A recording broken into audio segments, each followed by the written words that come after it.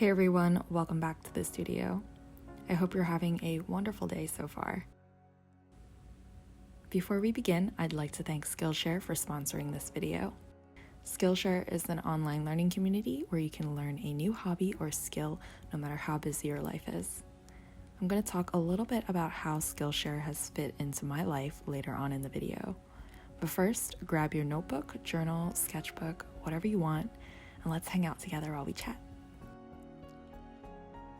Today, I am working on my May setup in my traveler's notebook.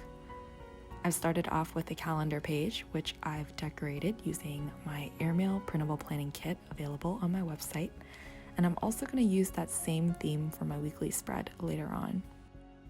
Since I created this calendar in the beginning of the year, and I've since then switched to journaling instead of planning, I'm just going to use this calendar page for some highlights that happen throughout the month of May.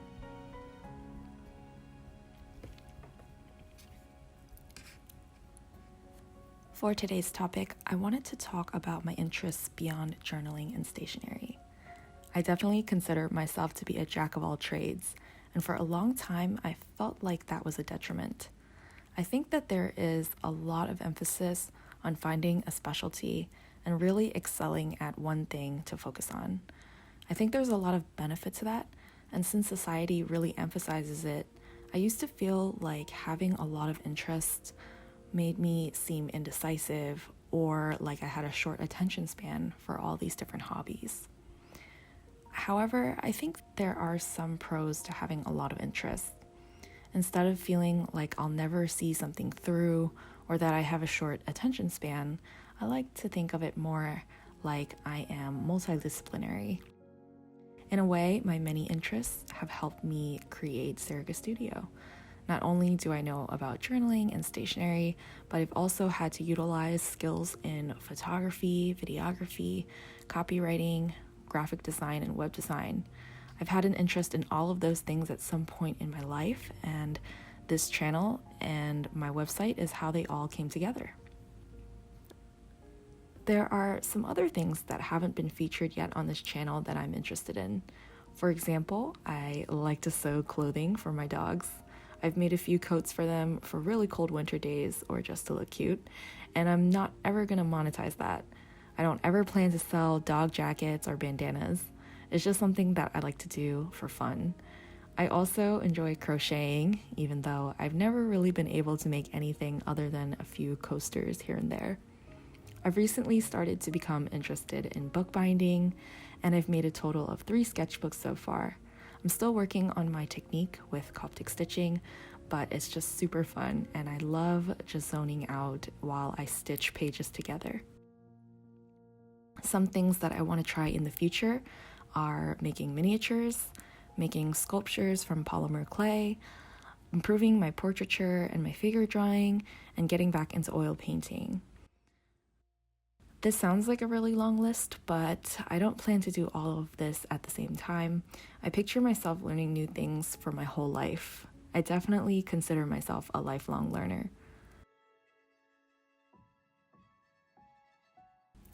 Speaking of learning new things, let's talk a little bit about Skillshare.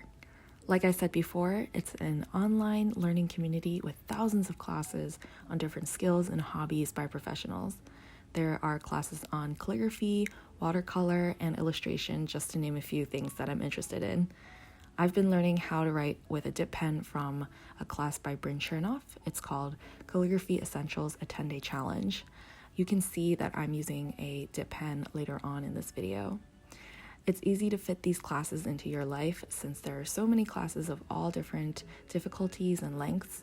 There are even short bite-sized classes that you could take, or the best part is you can always stop and put it on hold for when life gets to be too hectic. There's no pressure of deadlines or specific times that you have to take a class. It's perfectly fine to learn a new hobby at your own pace on Skillshare. Besides the visual arts, there are also classes on business, finance management, time management, and video editing, all of which I find very useful in conjunction with the creative classes. What I like about those classes is that it's much easier to learn these skills from a trusted source rather than try to piece it together myself. especially since I'm not very well versed in things like business finance.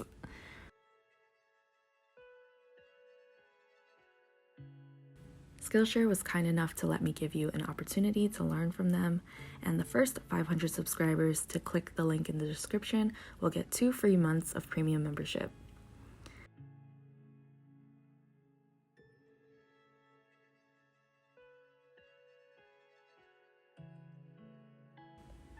If you're interested in trying out Skillshare for yourself, the first 500 subscribers to click the link in the description below will get 2 free months of premium membership. At this point in the video, I am finished with the decorating part and I am writing with my dip pen. I was inspired to use it in my journal after doing the 10-day calligraphy class on Skillshare that I mentioned earlier. It was so therapeutic to hear the nib scratching on the paper. I know it's not everyone's thing, but I personally really enjoy it. I actually really like my cursive writing with this pen, and after doing the calligraphy drills, I am a lot more comfortable with using it. Even though I was familiar with calligraphy pens before, it had been a long time since I picked up this particular pen. So doing those daily drills for 10 minutes a day for 10 days in a row helped me to get reacquainted with how this pen works.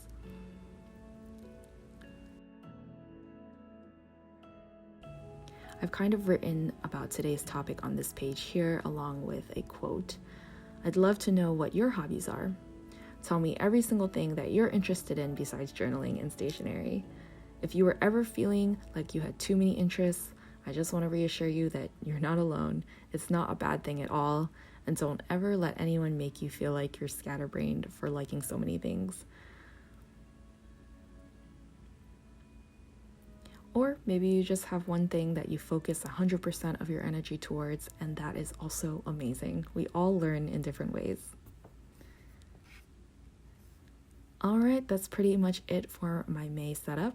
I'm really enjoying this airmail theme, even though sadly airmail has halted because of what's going on in the world. I've saved all my other little pieces from the printable in this little box to use later. I can't wait to fill up my journal with more stay-at-home adventures throughout the month of May. I hope you're all doing well. Until the next video, happy journaling, happy planning, and I'll see you next time. Bye.